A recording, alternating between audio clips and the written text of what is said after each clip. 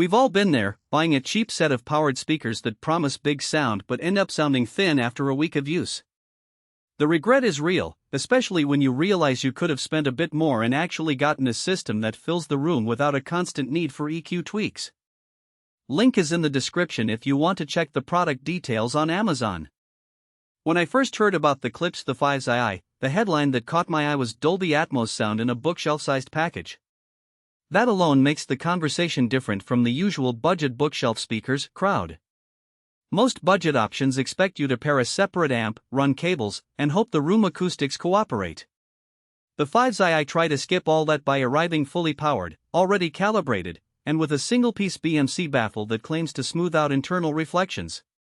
In practice, that means you can pull them out of the box, plug the HDMI 2.1 cable into your TV or console, and start hearing a sense of height and width that smaller two-way speakers often lack. If you're the type who sets up a home theater in a modest apartment, this is the first product that feels like a smart buy rather than a gamble.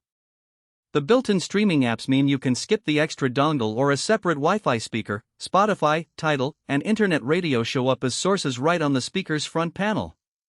For a gamer with a PlayStation 5, the HDMI 2.1 port delivers the full 120Hz signal, so you actually get the low-latency video plus audio experience that most cheap-powered speakers can't promise.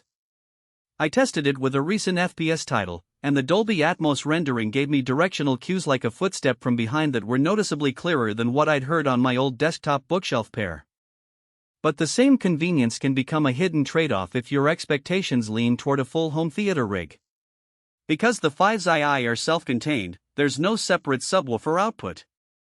The 5.25-inch drivers do a respectable job on mid-range and highs, and the BMC baffle helps tame the bass boom, but in a larger living room the low end feels more tight than room shaking. If you already own a dedicated sub, you'll need to add it via the line-out, which defeats part of the all-in-one promise. On the flip side, for a bedroom or a compact media nook, that tight bass is often exactly what you want. No overbooming that would disturb neighbors. Who should buy? First, anyone who wants a minimalist setup without hunting down an amp, speaker wire, and a separate streaming device. The 5.25 are also a solid fit for people who enjoy switching between sources quickly. You can jump from a HDMI connected console to a Bluetooth-enabled phone, via the built-in streaming, with a single button press. If you're a content creator who streams video and needs reliable, low-latency audio for voiceovers, the direct HDMI connection reduces the risk of sync drift that can happen with analog inputs. Who should skip? If you're a bass-hungry audiophile who expects deep, rumbling lows from a two-speaker setup, you'll likely feel the absence of a subwoofer. Likewise, if you live in a very large open-plan space, the 5.25-inch drivers will struggle to fill the room without assistance.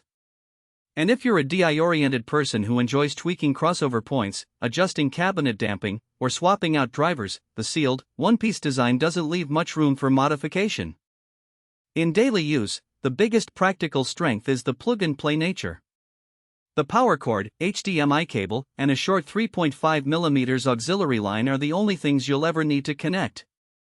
The front-facing controls are intuitive: volume, source toggle, and an Atmos indicator that lights up when you're feeding a Dolby-compatible signal. The speakers also include a headphone jack for quick private listening, something you rarely see on a pair of powered bookshelf speakers.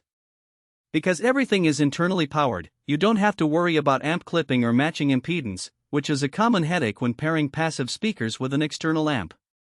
On the downside, the lack of Bluetooth pairing, the current model leans on Wi-Fi streaming, can be a point of friction for users who expect that universal convenience. The Wi-Fi setup process, while not overly complex, does require a bit of patience on the first run. Enter the network password, confirm the device, and wait for the speaker to fetch its firmware. Once it's done, updates are automatic, but the initial step can feel like an extra hurdle compared to a simple Bluetooth pairing. Another practical consideration is heat. Because the amplifiers sit inside a compact chassis, they run warm after extended movie marathons. It's not a failure mode, the speakers continue to perform, but you'll notice a subtle warmth on the surface if you run them for more than an hour straight.